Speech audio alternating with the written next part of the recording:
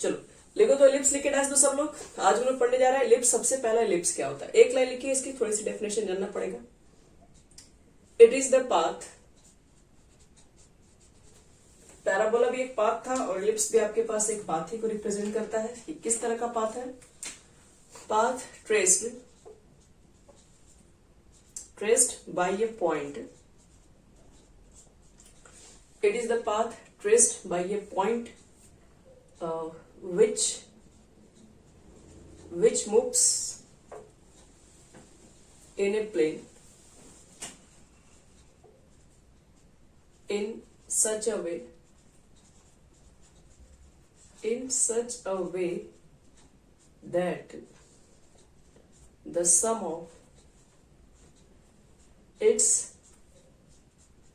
distances from two fixed points in the plane is constant।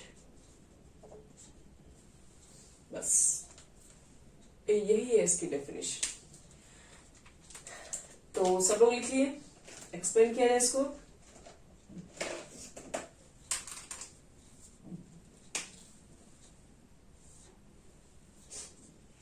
हो गया बच्चे लोग?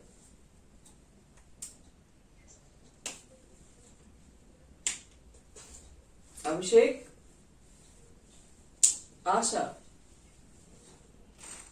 और आनंद का हुआ कि नहीं?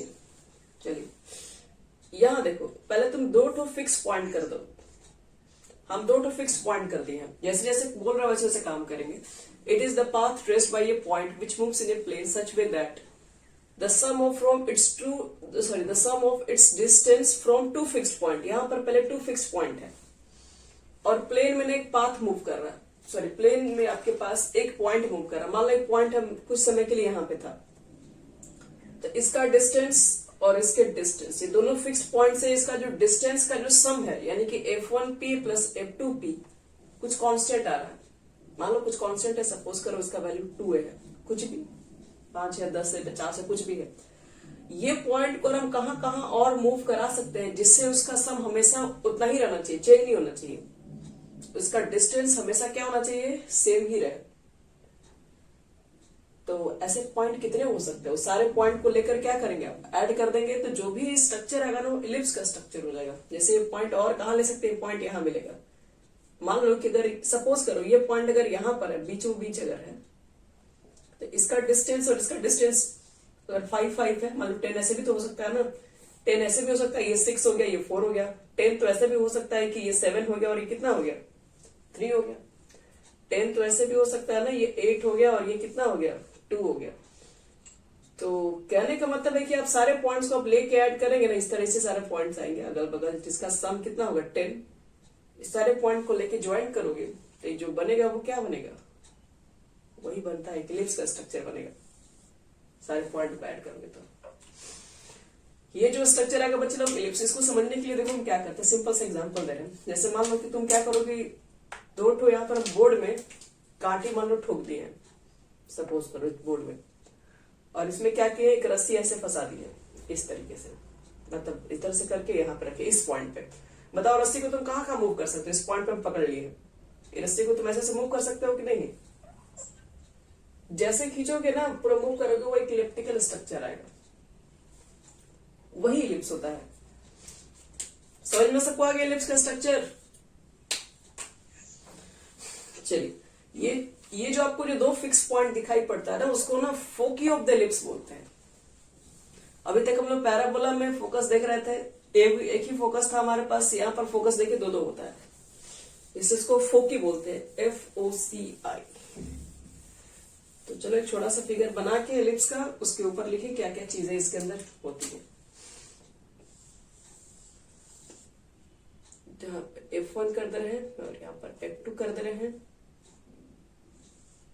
और एक पॉइंट ले रहे हैं P, जिससे इसका सम और इसका सम हमेशा कांस्टेंट होता है। चलो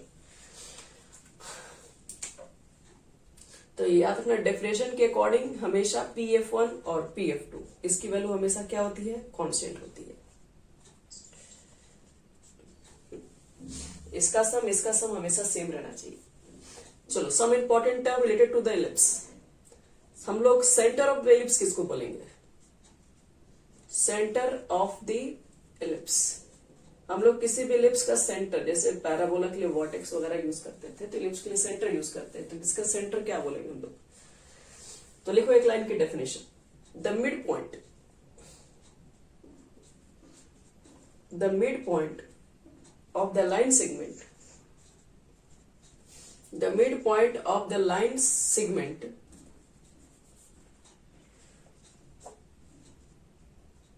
joining the foci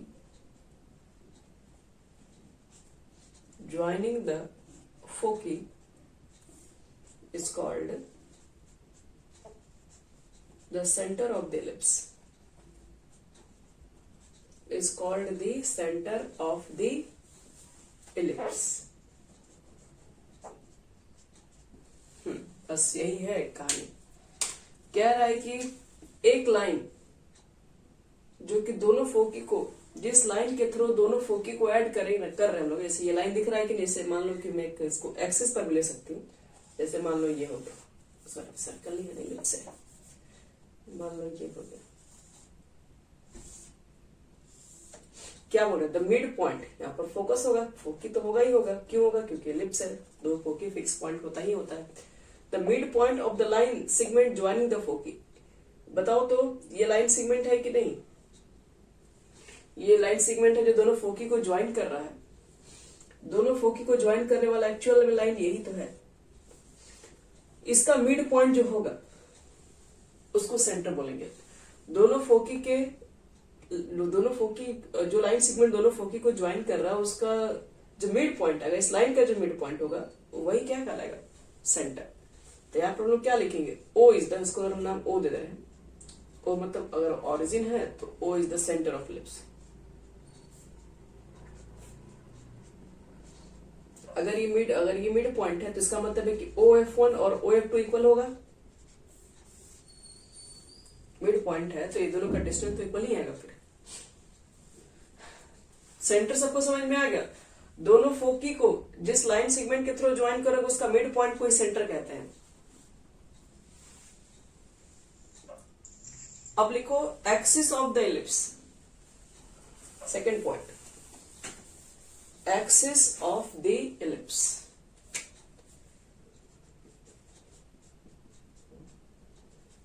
axis of the ellipse. किसी भी इलिप्स का हम लोग एक्सिस किसको बोलेंगे, आप समझते हैं इसको। तो हम लोग बोलते हैं एक्सिस आपके पास दो तरह से होता है। एक लिखो मेजर एक्सिस और दूसरा होता है माइनर एक्सिस। मेजर एक्सिस का क्या मतलब है, तो मेजर एक्सिस का मतलब है कि जिससे होकर फोकस पास करेगा वो मेजर एक्सिस कहलाएगा। यानी कि लिखो तो the line segment, the line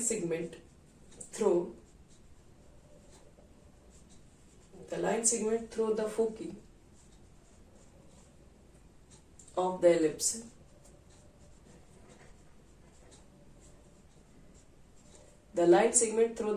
of the ellipse with its end point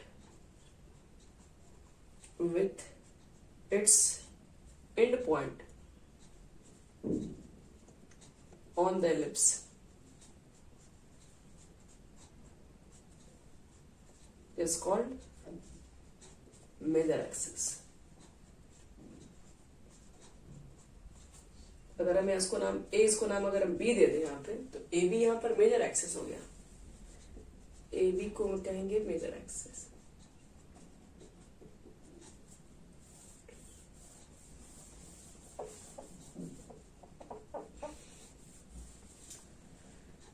major axis में क्या बोला जा रहा है, the line segment through the foci of the ellipse.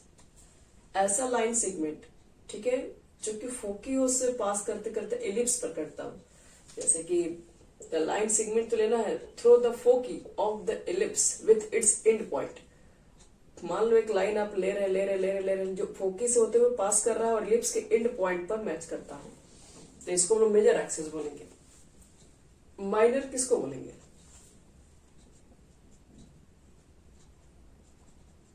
तो क्या बोलोगे माइनर में? माइनर बोलोगे the line segment through the centre and perpendicular to the major axis. एक लाइन जो सेंटर से होकर जाए और मेजर एक्सिस पर परपेंडिकुलर। लिखो the line segment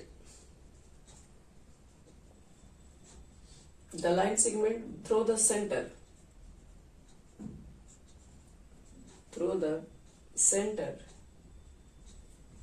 and perpendicular to the major axis।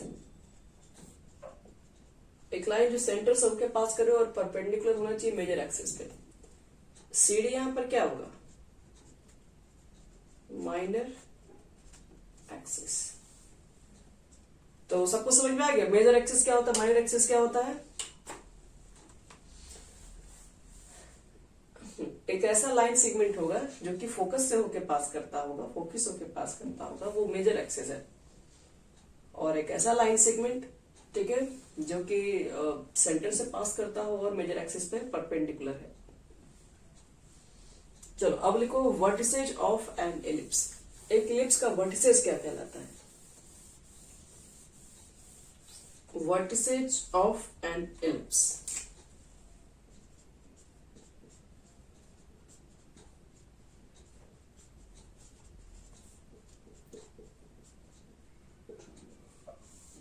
देखो तो सब लोग, द एंड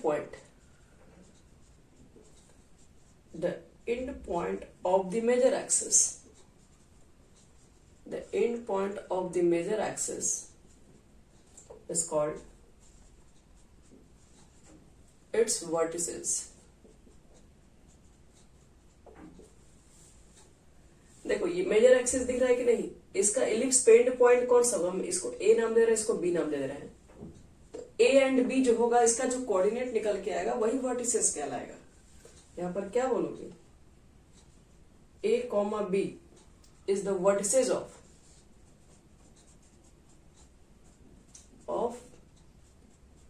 एलिप्स ना। अब हम क्या कर रहे हैं? कुछ लेंथ मान ले रहे हैं। हम मान ले रहे हैं ना, यहां से यहां तक का जो लेंथ है, फोकस है, इसको हम सी मान ले रहे हैं, इसके डिस्टेंस को भी सी मान ले रहे हैं, और यहां से यहां तक का जो डिस्टेंस है उसको हम ए नाम दे रहे हैं, तो ये भी ए हो जाएगा। और ये एक्स एक्सिस है सपोज, ये वाई एक्सिस है सपोज, तो यहां से इसका कोऑर्डिनेट कितना हो जाएगा और इसका कोऑर्डिनेट कितना हो जाएगा, मतलब वर्टिसेस का कोऑर्डिनेट कितना कितना हो जाएगा। आओ एक फिगर साफ बना रहे हैं।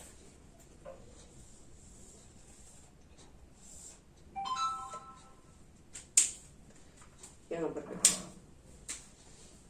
यहाँ F1 लिख रहे हैं और ये यहाँ पर F2 है, ये है सेंटर। हम इसका कोऑर्डिनेट को मान ले रहे हैं, यहाँ से तक डिस्टेंस को C मान ले रहे हैं। तो इधर जाओगे ना, एक्स एक्सिस से इधर है, एक्स डैश में है, तो -c,0 होगा, ये c,0 हो जाएगा। हम ये पूरे लेंथ को मान ले रहे हैं a, ये भी लेंथ हो गया a, तो इधर है तो कोऑर्डिनेट इसका तो माइनस में होगा, तो -a,0 और b का कोऑर्डिनेट कितना हो जाएगा? a, +a,0। ये c है और ये d है। इसको अगर हम b नाम दें यहाँ से यहाँ तक लेंथ को, तो ये 0, b और 0, कितना हो जाएगा? -b। तो तुम मुझे बताओ, तो यहाँ पर अगर हम वर्टिसेस लिखे हैं तो वर्टिसेस a और b है, तो इसका कोऑर्डिनेट -a,0 लिख सकते हैं वर्टिसेस का, और b को a,0। अब एक चीज और, यहाँ पे अब से पूछा जाए कि लेंथ ऑफ मेजर एक्सिस का लेंथ कितना। पहले मेजर एक्सिस किसको बताए थे? जो ए और बी यही ना है, A0। Length of major axis कितना होगा बताओ? तो मेजर एक्सिस तो ए बी की लेंथ को बताए थे हम, तो यहां से यहां तक का लंबाई कितना हुआ? तो ये ए है, इधर भी ए है, तो कितना हो गया? 2। और लेंथ ऑफ माइनर एक्सिस मतलब ऊपर वाला लेंथ हमको चाहिए, हमको ये लेंथ चाहिए, सीडी लेंथ चाहिए। नहीं, टू बी ना, ये बी मान लेते हैं और ये बी। और बताओ तो डिस्टेंस बिटवीन टू फोकी कितना होगा? दोनों फोकी के बीच का डिस्टेंस कितना है? F1 F2 का डिस्टेंस यहां लिखेंगे ना, डिस्टेंस बिटवीन टू फोकी। तो इसको माने C, ये भी है C, यानी कितना लिखोगे? 2C। तो ये तीनों चीजें हो गई एक साथ। अब लास्ट में हमें सीखना है eccentricity of N ellipse. 4 number, eccentricity of N ellipse.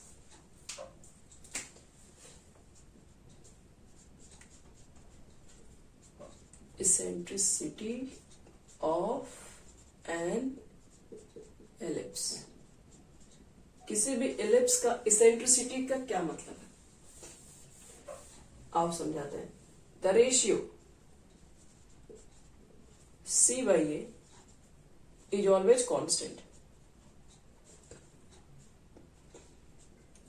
The ratio C by A is always constant is known as eccentricity.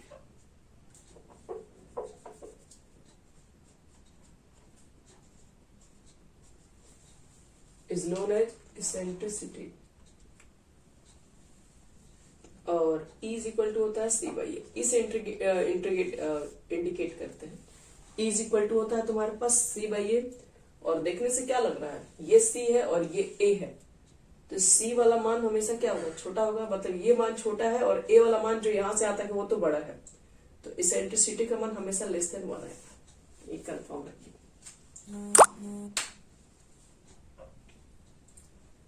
तो यहां तक सबका हो गया। C और A के रेशियो को कहते हैं इसेंट्रिसिटी। यहां तक देख लो बच्चे लोग, हो गया सब। तो सारे लोग टॉपिक इसमें कर चुके हैं। अब हम लोग को क्या सीखना है कि इसेंट्रिसिटी का इक्वेशन, ये इलिप्स का इक्वेशन क्या होगा।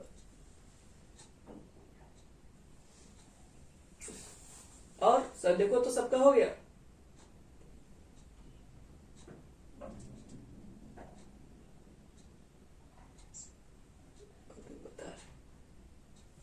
अच्छा, इसको बिठा रहे भैया।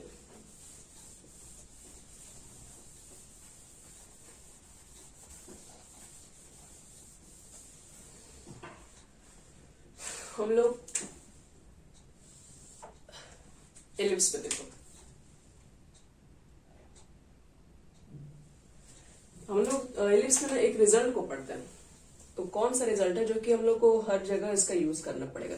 जैसे ABC में हम लोग रिजल्ट निकालेंगे। A क्या था, आपको बताया कि डिस्टेंस था ओरिजिन से।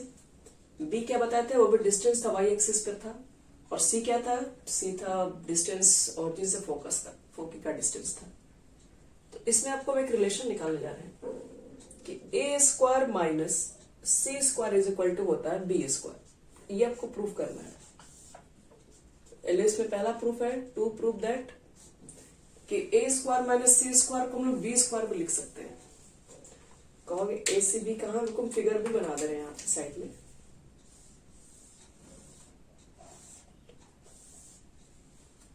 सबका अलग अलग नेमिंग करते रहे, किसका किसका है। यहाँ बताए थे ये F1 है, इस पॉइंट पे क्या है F2 है, ये O है, और इसका कोऑर्डिनेट बताए थे माइनस C, सॉरी यहाँ तो प्लस होगा ना, C0, यहाँ पर C0, यहाँ से यहाँ तक का डिस्टेंस A माने थे, ये A0 है, ये माइनस A0 है, और ये डिस्टेंस यहाँ से यहाँ तक क्या बोले थे B। ये तो समझ में आ गया ना बच्चे लोग, ये तो पीछे बताए थे हम।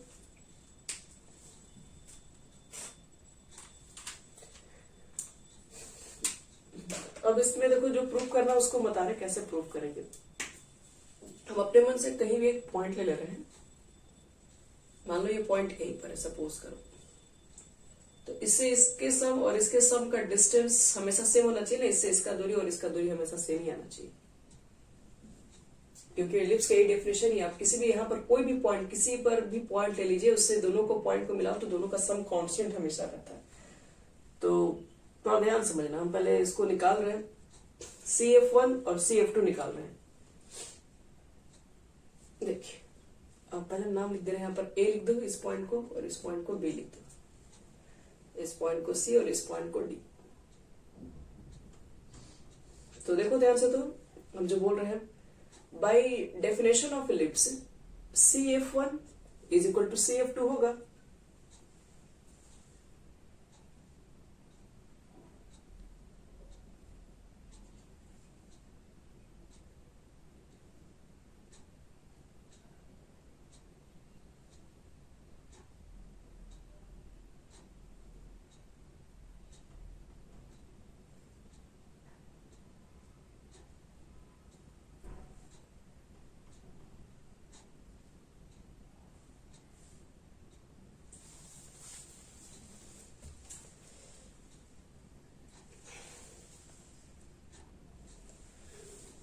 चलो अब देखो, तो यहां से CF1 का कोई बता सकता है कितना होगा डिस्टेंस? डिस्टेंस फॉर्मूला से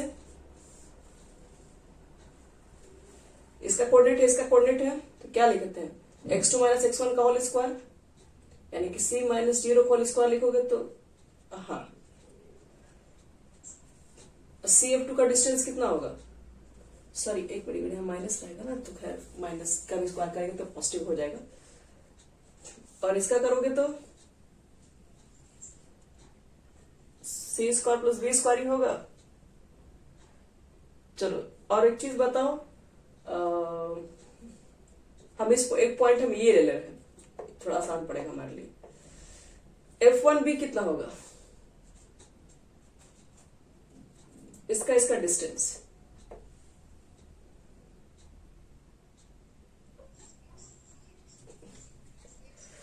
एक मिनट, उतना जरूरत ही नहीं हमको। F1 अगर B निकालना है तो एक चीज बताओ तो,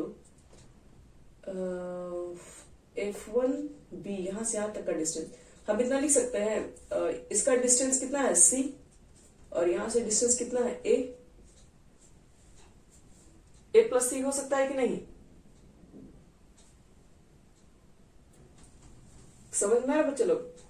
यहां से यहां तक का डिस्टेंस निकालोगे तो ये क्या, माइनस C मत बोला, डिस्टेंस लिखना ना, डिस्टेंस निगेटिव ही लिखते हैं। ये यहां से C होगा, और ये पूरा यहां से यहां तक सम कर देंगे तो नहीं निकल जाएगा इसका डिस्टेंस F1B। अब बताओ F2B कितना होगा? हमको सिर्फ इसका डिस्टेंस चाहिए बस, तो हम क्या कर दे रहे हैं, पूरा डिस्टेंस में से A में से इस डिस्टेंस को निकाल देंगे तो आ जाएगा कि नहीं? बताओ, सबको समझ में आ गया यहां तक? पहले बताओ।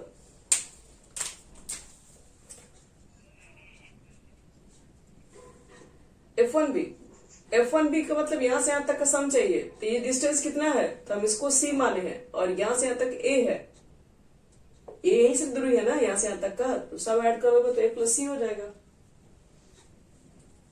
होगा कि नहीं?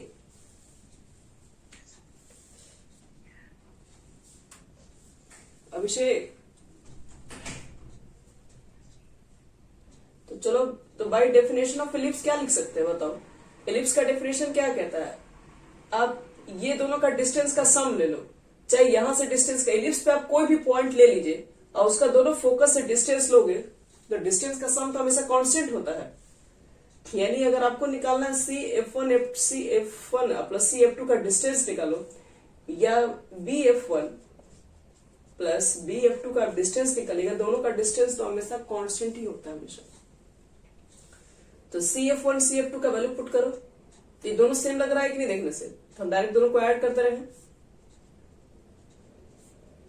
BF1 का डिस्टेंस कितना है? C प्लस A, BF2 का डिस्टेंस है A माइनस C, C और C कट गया, यहाँ कितना बचा? A बचा, और कितना A बच गया? 2A होगा, 2 कैंसिल कर सकते हैं, दोनों तरफ स्क्वायरिंग कर दो तो कितना हो जाएगा? स्क्वायर हट जाएगा, तो B square plus C square is equal to A square. तो देखो, तो प्रूफ नहीं हो जाएगा, B को यही रख दो, तो B square is equal to A square minus C square होगा। यहां चेक कीजिए, यही लाना था ना आपको? हाँ बोलिए।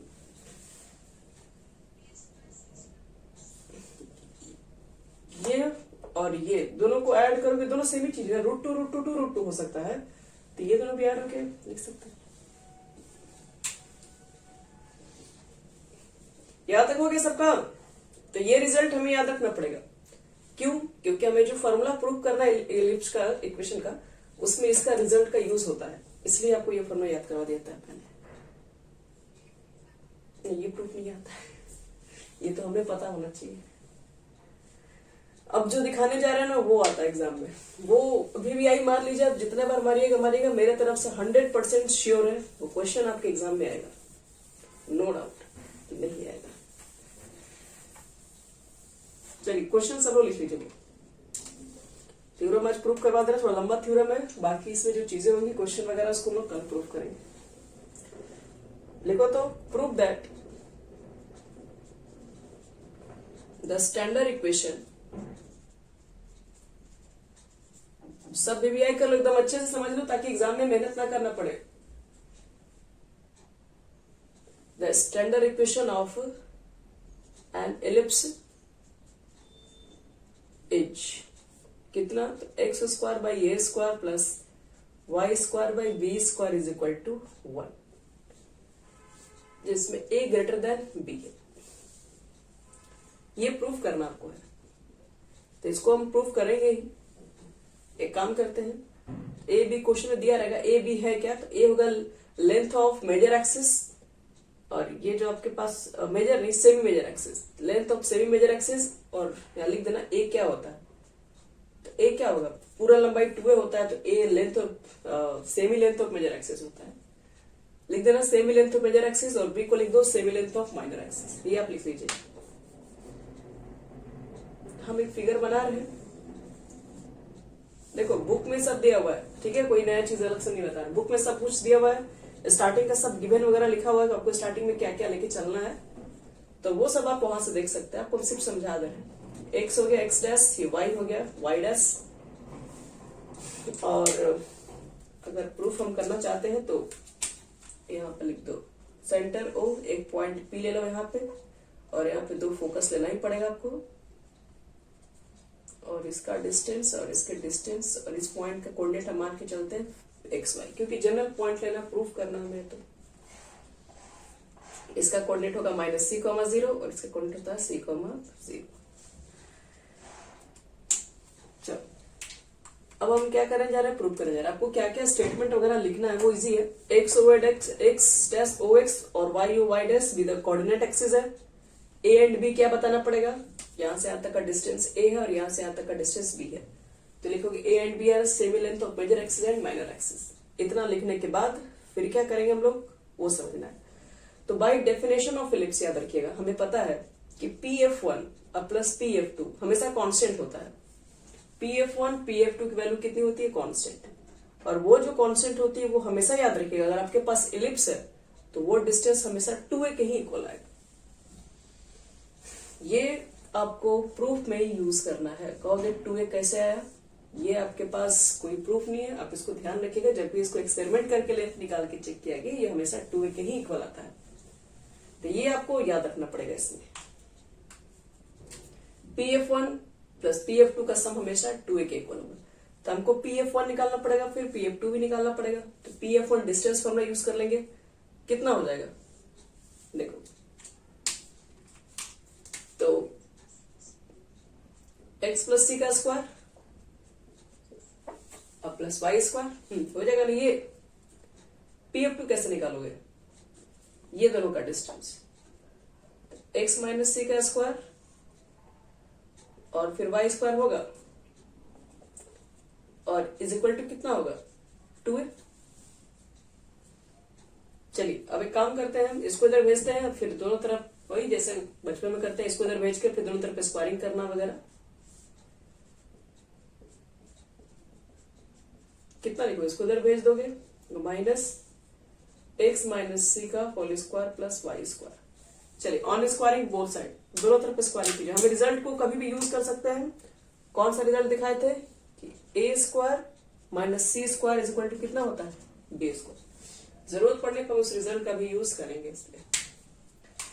तो देखो तो कितना हो जाएगा, ये दोनों तरफ स्क्वायरिंग करोगे तो इसका रूट खत्म, क्या बचेगा? इतना बचेगा। स्क्वायर को तोड़ दे रहे हैं, a square plus b square plus 2xc plus Y square.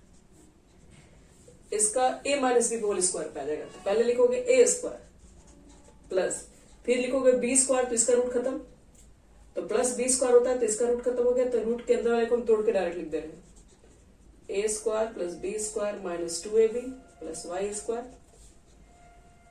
इसको तोड़ दिए, इसको लिख दिए, यानी ए स्क्वायर के इतना मिला, बी स्क्वायर के इतना मिला। अब फिर माइनस 2ab भी तो होगा ना, क्योंकि जब तुमने दोनों तरफ स्क्वायरिंग किया, पहले दिन ऑन स्क्वायरिंग बोथ साइड। तो जब स्क्वायरिंग करोगे तो a square b square minus 2ab लिखोगे, तो 2 मल्टीप्लाई करोगे तो पहले तो ये 4a हो जाएगा और b की जगह पर इतना है। पहली चीज बताओ कि ये स्टेप सबको समझ में आ गया? ये स्टेप थोड़ा मेहनत करने वाला है।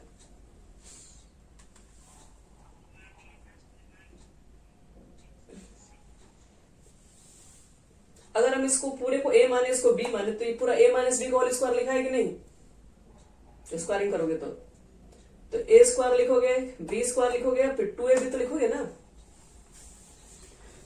अब बताओ दोनों तरफ क्या कटेगा? एक्स स्क्वायर कट गया, सी स्क्वायर भी कट गया दोनों तरफ, ये तो कटेगा नहीं, ये तो ऐड हो जाएगा, और वाई स्क्वायर भी दोनों तरफ कट गया।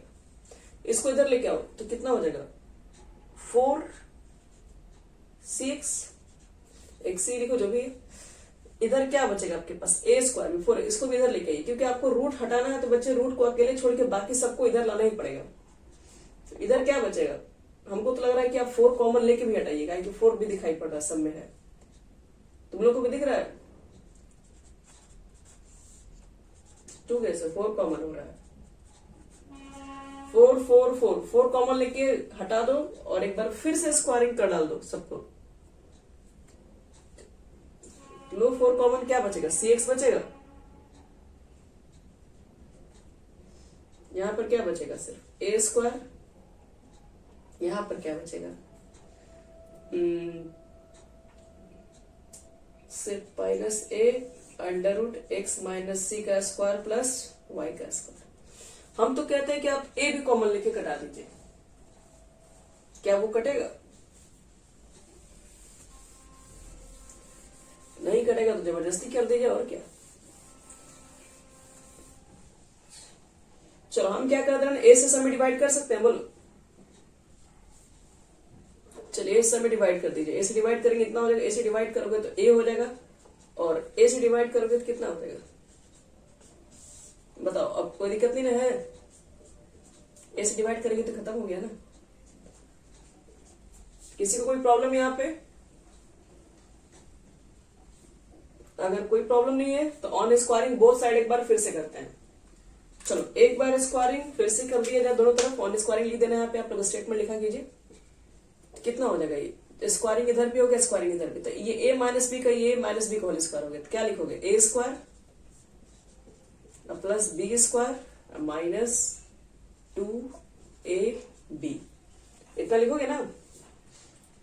इधर का स्क्वायरिंग करोगे तो पहले तो निगेटिव हो गया पॉजिटिव, अब फिर इसका रूट खत्म, a square c square minus 2cx plus Y square. क्या लगता है दोनों तरफ क्या क्या कटेगा? पहले तो ये ए निकल जाएगा यहां से, माइनस 2cx और माइनस 2cx दोनों तरफ माइनस 2cx ही है, तो इस बार तो 2cx भी कट जाएगा, सेम सेम है। अब जो बचेगा उस पर हम थोड़ा फोकस करेंगे। यहाँ पर बचा x square Y square c square बच गया है, पहले जो बचा उसको एक बार हम लिख दे रहे हैं।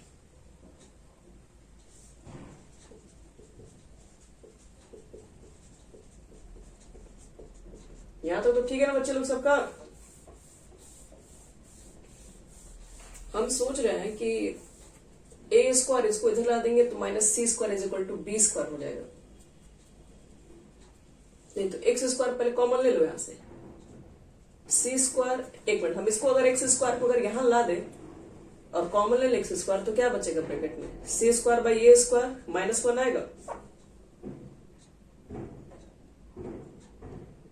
देखो तो सबको समझ में आ गया क्या किया? हम इसको इधर ला दिए, नहीं तो उसी को उधर भेज दीजिए, आपको जहां जिधर भेजना भेजिए, उधर ही भेज दे। क्या रुको मैं काम करते उधर ही भेज देते हैं।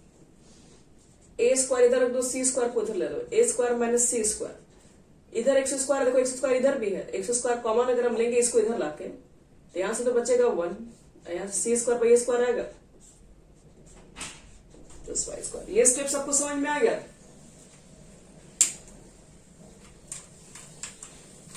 लिया, तुमको समझ में आ गया?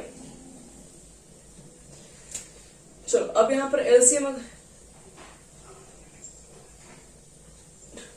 देखो, कुछ यहां पे ज्यादा नहीं किया, ये सी को भेज दिया इस साइड, ला दिया ना इधर, यहां लिख दिए, और ये वाले टर्म को लेगा इस साइड, और दोनों में एक्स स्क्वायर दोनों में कॉमन था, तो यहां से एक्स स्क्वायर निकालेंगे तो 1 बचेगा, एक्स स्क्वायर निकालोगे तो इधर आएगा तो माइनस में बचेगा, बाकी वाई स्क्वायर अपनी जगह पर है। अब तुम मुझे एक चीज बताओ, ए स्क्वायर माइनस सी स्क्वायर के बदले में कुछ लिखना चाह रहे हैं हम, क्या लिख सकते हैं? यहां भी एलसीएम ले लोगे तो a square minus C square बचेगा, तो a square minus C square के बदले में बी स्क्वायर लिखेंगे, तो ये हो गया बी स्क्वायर, और यहाँ पर कितना हो गया एक्स स्क्वायर बी स्क्वायर बटे में ए स्क्वायर प्लस वाई स्क्वायर। अब बी स्क्वायर से दोनों में डिवाइड कर दो, इधर 1, बी स्क्वायर से डिवाइड करोगे तो X square by A square बचेगा, और बी स्क्वायर से डिवाइड करोगे तो वाई स्क्वायर बटे में बी स्क्वायर। देखो तो ये प्रूव करना था एलिप्स का इक्वेशन। इसका मतलब ये बच्चे लोग, ये थ्योरम देख लो, बहुत ज्यादा हार्ड नहीं है, लेकिन 6 या 7 नंबर में क्वेश्चन एग्जाम में आता है, लॉन्ग क्वेश्चन नहीं पूछा जाता है, तो 2 बार प्रैक्टिस, हाँ नहीं 4 नंबर से ज्यादा आता है, तो 2 बार प्रैक्टिस करके अगर बैठोगे ये क्वेश्चन बना सकते हो। बहुत ज्यादा मेहनत नहीं है, एक बार आज बैठ के अपने से पूरा स्टेटमेंट साथ लिख के बुक में खोल के और अपने से बनाना, प्रूव करने वाला काम, सारा काम अपने से करना, तो अपने आप ये याद हो जाएगा सब लाइन बाय लाइन तुम लोग को कैसे कैसे प्रूफ होता है।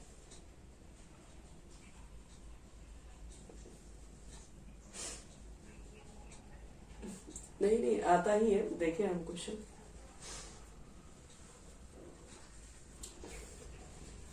हाँ जी, आपके एग्जाम में तो आता ही है। हो गया यहां तक?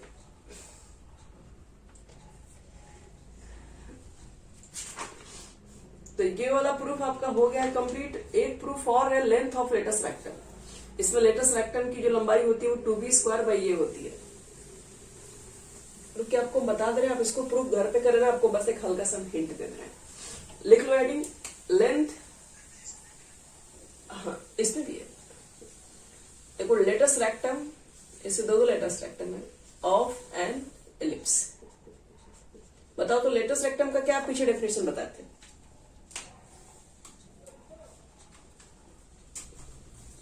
याद है?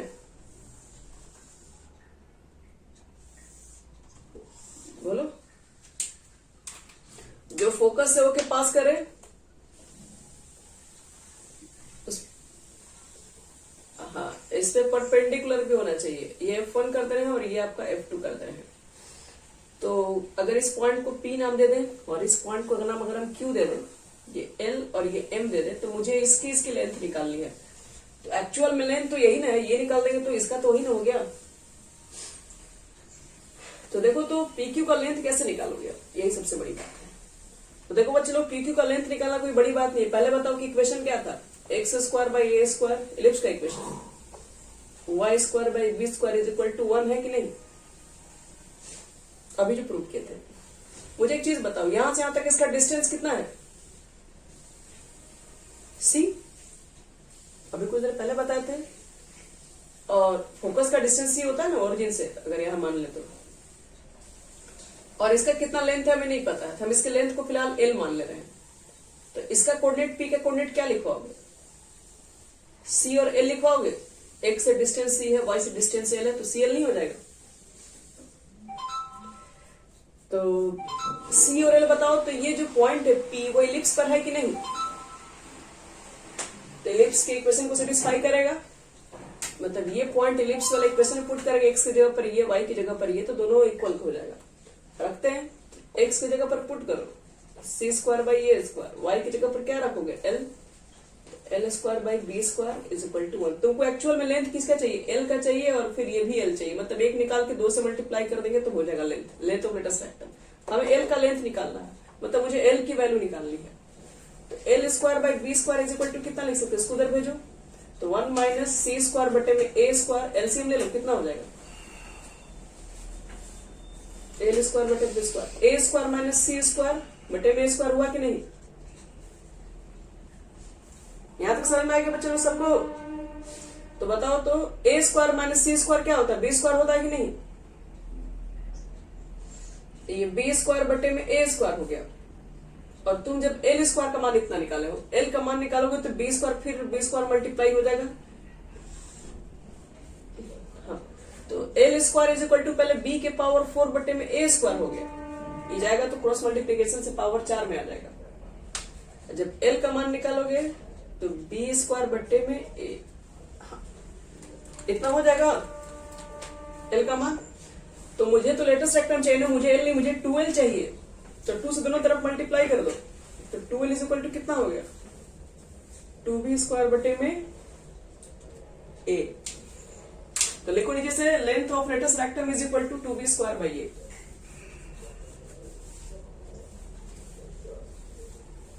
हो गया ना।